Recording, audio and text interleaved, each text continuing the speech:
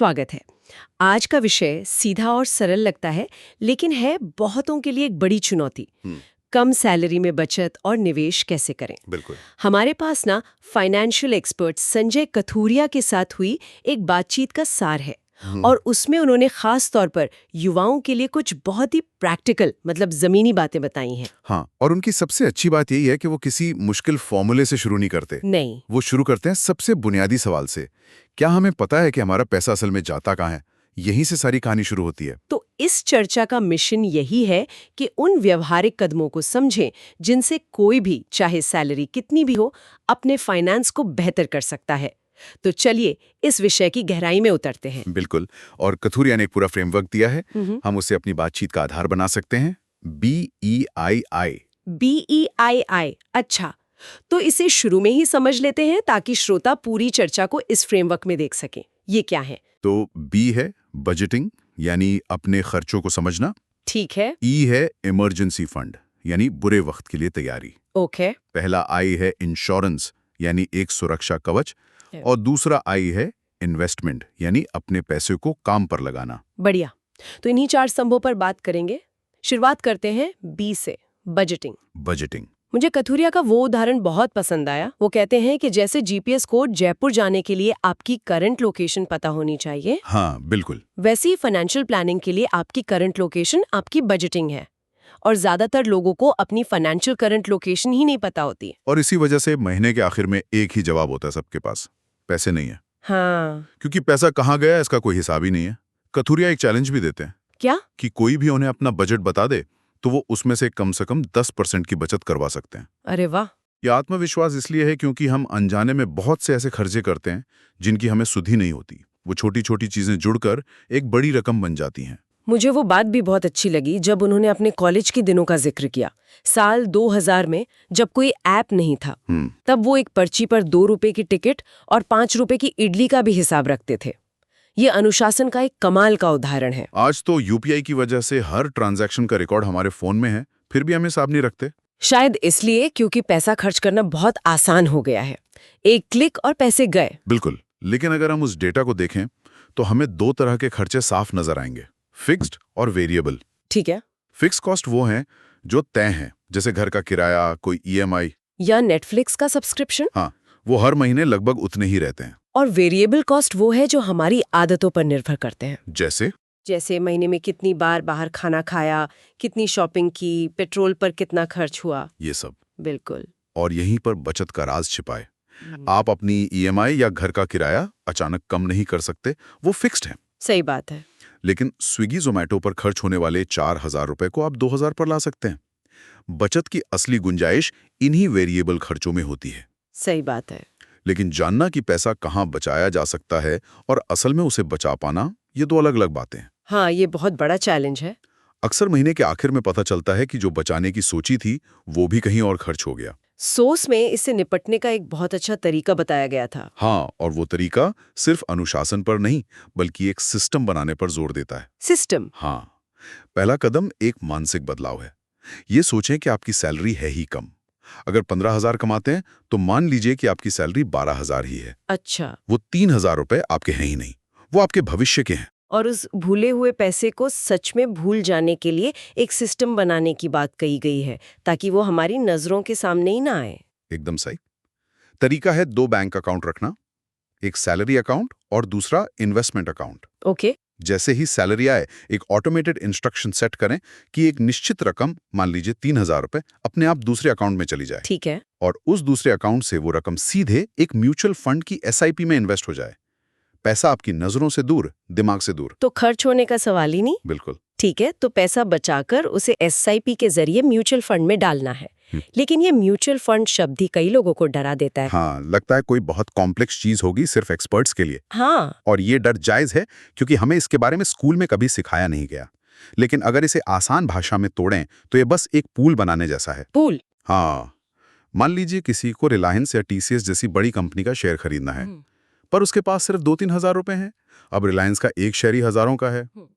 तो mutual fund क्या करता है, वो आप जैसे बहुत सारे लोगों से 500, 1000 रुपए जैसी छोटी छोटी रकम इकट्ठी करके एक बड़ा पूल बनाता है और फिर उस पैसे से देश की सबसे बड़ी कंपनियों में निवेश करता है। मतलब कम पैसे में भी आप देश की सबसे बड़ी कंपनियों की ग्रोथ का हिस्सा बन सकते हैं। बिल्कुल। लेकिन इसमें भी तो कई तरह के विकल्प होते होंगे, रिस्क भी तो होता होगा। हाँ, और ये समझना बहुत जरूरी है। मोटे तौर पर अगर आप ज्यादा रिस्क ले सकते हैं और लंबे समय के लिए निवेश कर रहे हैं तो आप इक्विटी फंड्स में जा सकते हैं, जो सीधी शेयर्स में पैसा लगाते हैं। हाँ। और अगर आपको कम रिस्क चाहिए तो डेट फंड्स होते हैं, जो एक तरह से सरकार या बड़ी कंपनियों को उधार देते हैं और उस पर ब्याज कमाते हैं। तो शुरुआत करने वालों के लिए क्या बेहतर है? उनके लिए अक्सर बैलेंस्ड या इंडेक्स फंड्स की सलाह दी जाती है, जो रिस्क को थोड़ा फैला देते हैं। जरूरी ये है कि आप अपनी जरूरत और रिस्क लेने की क्षमता के हिसाब से चुनें। तो हमने BEII में से बी बजटिंग और आई इन्वेस्टमेंट की बात की। अब उन टूल्स पर आते हैं जो इस सफर में मदद भी कर सकते हैं और मुश्किल भी खड़ी कर सकते हैं। और इसमें सबसे बड़ा नाम है क्रेडिट कार्ड का। बिल्कुल। सोर्स में इसे एक पावरफुल टूल बताया गया है, लेकिन ज्यादातर लोग तो इसे एक कर्ज के जाल की तरह देखते हैं। और वो गलत नहीं है। अगर अनुशासन ना हो तो क्रेडिट कार्ड से बड़ा कोई जाल नहीं है। पर अगर इसे सही तरीके से इस्तेमाल किया जाए तो ये आपका सिबिल स्कोर बनाने का सबसे आसान और सबसे तेज तरीका है। और अच्छा सिविल स्कोर भविष्य में बहुत काम आता है। लोन लेने के लिए? हाँ, घर या गाड़ी का लोन लेने के लिए सोने की तरह कीमती होता है। सोर्स में इसके 3 बहुत सरल नियम बताए गए हैं। हाँ, ये नियम बहुत काम के हैं। पहला था कि क्रेडिट कार्ड की लिमिट का 30-40% से ज्यादा कभी इस्तेमाल ना करें। कभी नहीं। इसके पीछे की वजह क्या है? वजह है साइकोलॉजी। जब आप अपनी लिमिट का बड़ा हिस्सा इस्तेमाल करते हैं तो क्रेडिट ब्यूरो को लगता है कि आप क्रेडिट के भूखे हैं। अच्छा। कि आपके पास पैसों की कमी है। इससे आपका स्कोर कम हो जाता है, भले ही आप समय पर बिल चुका रहे हों। 30% के नीचे रहना दिखाता है कि आप कंट्रोल में हैं। ठीक है। दूसरा नियम था कि आपके सभी कार्ड्स की कुल लिमिट आपकी महीने की सैलरी से कम होनी चाहिए। ये फिर थोड़ा अजीब लगता है। हाँ, बैंक तो ज्यादा लिमिट देना चाहते हैं। वही तो। बैंक तो चाहता है कि आप ज्यादा खर्च करें, लेकिन ये नियम आपको बचाने के लिए है। अगर आपकी सैलरी 25,000 है और आपके पास 1 लाख की क्रेडिट लिमिट है, तो आप अपनी औकात से ज्यादा खर्च करने की क्षमता रखते हैं। बिल्कुल। लिमिट को अपनी सैलरी के अंदर रखने से आप 1 महीने में उतना ही उधार ले पाएंगे जितना आप अगले महीने चुका सकते हैं। और तीसरा नियम, एक कार्ड को कम से कम 5 साल तक इस्तेमाल करें। हाँ, लोग अक्सर ऑफर के चक्कर में कार्ड बदलते रहते हैं। ये स्कोर के लिए अच्छा नहीं है। जब आप एक कार्ड के साथ लंबा रिश्ता निभाते हैं और समय पर पेमेंट करते हैं, तो ये आपकी विश्वसनीयता दिखाता है। सिबिल को भरोसा होता है। हाँ, कि आप एक जिम्मेदार उधार लेने वाले हैं। ये आपके स्कोर को तेजी से बढ़ाता है। ये सिबिल स्कोर वाली बात सुनने में छोटी लगती है, लेकिन इसका असर बहुत बड़ा हो सकता है। हमारे सोर्स में एक आंकड़ा था जो वाकई चौंकाने वाला है। वो 700 और 800 स्कोर वाला? हाँ, 700 और 800 के स्कोर के बीच सिर्फ 0.5% ब्याज दर का फर्क। सिर्फ 0.5%। और वो 0.5% 1 करोड़ के होम लोन पर 25 साल में 11 लाख रुपए बन जाते हैं। 11 लाख रुपए? 11 लाख। ये एक नई गाड़ी की कीमत है। और ये सब सिर्फ समय पर अपना क्रेडिट कार्ड का बिल भरने की एक छोटी सी आदत का नतीजा है। मतलब एक अच्छी आदत आपको एक गाड़ी के बराबर का फायदा दे सकती है। ये सोचने का एक बिल्कुल नया तरीका है। और यही अनुशासन शॉपिंग की आदतों पर भी लागू होता है। वॉरेन बफे का वो कोट याद है? हाँ, अगर आप वो चीजें खरीदते हैं जिनकी आपको जरूरत नहीं है, तो जल्द ही आपको वो चीजें बेचनी पड़ेंगी जिनकी आपको जरूरत है। बिल्कुल।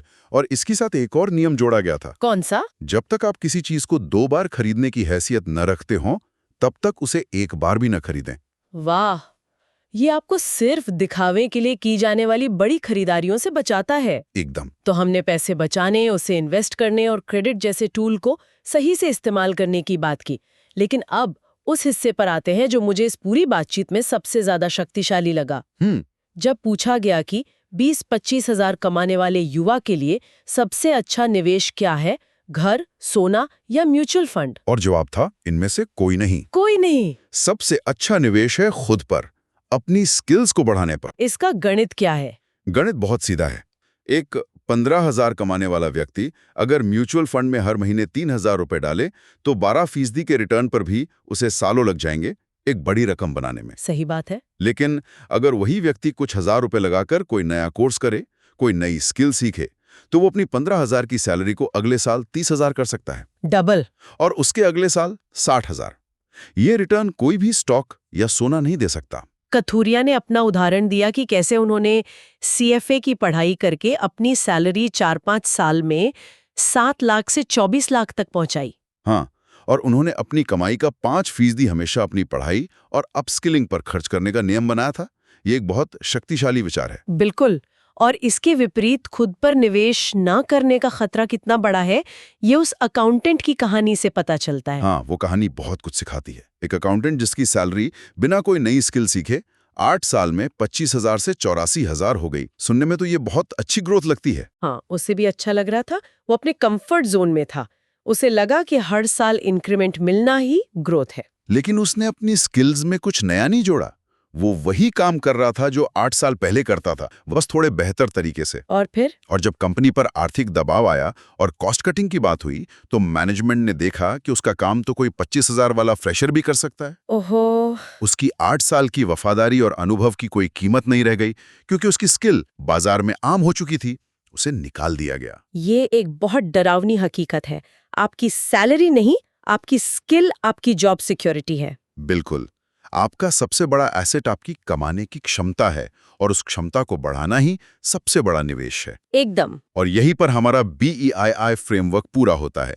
B, बजटिंग से आप निवेश के लिए पैसा निकालते हैं। हाँ। उस पैसे से सबसे पहले आप इमरजेंसी फंड बनाते हैं, फिर I, इंश्योरेंस लेते हैं। हेल्थ और लाइफ। हाँ, जो आपको बड़े हादसों से बचाता है। और जब ये सुरक्षा कवच तैयार हो जाए, तब आप पूरे भरोसे के साथ इन्वेस्टमेंट करते हैं। जिसमें सबसे पहला और सबसे जरूरी निवेश खुद पर होता है। खुद पर। तो इस पूरी बातचीत का सार यही है कि ये सब बातें सुनने में शायद मुश्किल लगे, लेकिन इनकी जड़ें हमारी बहुत पुरानी और सरल आदतों में ही हैं। बिल्कुल। सोर्स में गुल्लक का उदाहरण दिया गया था। जैसे पहले लोग गुल्लक में रोज थोड़े थोड़े पैसे जोड़कर 6 महीने बाद साइकिल खरीदने जैसा लक्ष्य पूरा करते थे। हाँ। वो एक तरह की SIP तो थी। एक लक्ष्य था, अनुशासन था, और हर दिन एक छोटा कदम उठाया जाता था। और यहीं पर हम आज की चर्चा को एक विचार के साथ छोड़ते हैं। आज हमारे पास टेक्नोलॉजी है, जानकारी है, ऑटोमेटेड SIP और बजटिंग एप्स जैसे आधुनिक साधन हैं। सब कुछ है। लेकिन क्या हम उन पुरानी सरल आदतों का, वो जो अनुशासन था, उसे कहीं खो चुके हैं? और अगर उन बुनियादी सिद्धांतों को, उस गुल्लक वाली सोच को आज के इन आधुनिक साधनों के साथ जोड़ दिया जाए, तो क्या हासिल किया जा सकता है?